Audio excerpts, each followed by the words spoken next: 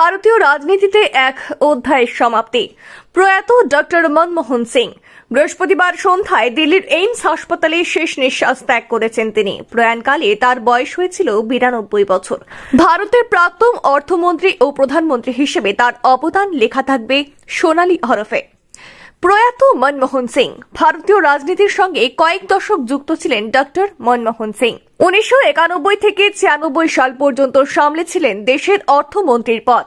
2004 থেকে 14 সাল পর্যন্ত ছিলেন ভারতের প্রধানমন্ত্রী। অর্থমন্ত্রী ও প্রধানমন্ত্রী হিসেবে দায়িত্ব পালন করার সময় নিয়েছিলেন একাধিক উল্লেখযোগ্য পদক্ষেপ, যার মধ্যে অন্যতম national rural employment guarantee act, এখন যা MGNREGA নামে পরিচিত।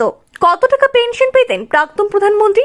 ভারতে প্রাক্তন প্রধানমন্ত্রীর মর্যাদা একজন ক্যাবিনেট সদস্যের থেকে কম কিছু নয়।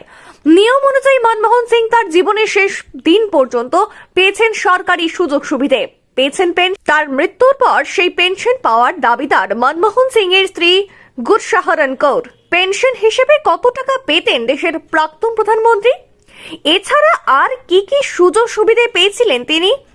ভারতের প্রাক্তন প্রধানমন্ত্রী আজীবন পেয়েছেন বহু সরকারি সুবিধে, যেমন বিনামূল্যে ট্রেন যাত্রা, বিনামূল্যে বিদ্যুৎ ও জলের পরিষেবা, বিমানের টিকিটে ছাড়, সরকারি হাসপাতালে নিখরচায় চিকিৎসা ইত্যাদি। মনমোহন সিং প্রয়াত হলেও এই সুবিধে এবার থেকে পাবে তার পরিবার। থাকছে বিশেষ নিরাপত্তা ব্যবস্থা। প্রধানমন্ত্রী হিসেবে দায়িত্ব পালন করার পর প্রথম বছর তিনি পেয়েছেন বিশেষ নিরাপত্তা ব্যবস্থা। এরপর নিরাপত্তা বলয় কমিয়ে রাখা হয়েছিল। Z+ সিকিউরিটি পিয়ন ব্যক্তিগত সহকারী অফিস পরিচালনার জন্য অতিরিক্ত 6,000 টাকা দেওয়া হয় সরকারের তরফে।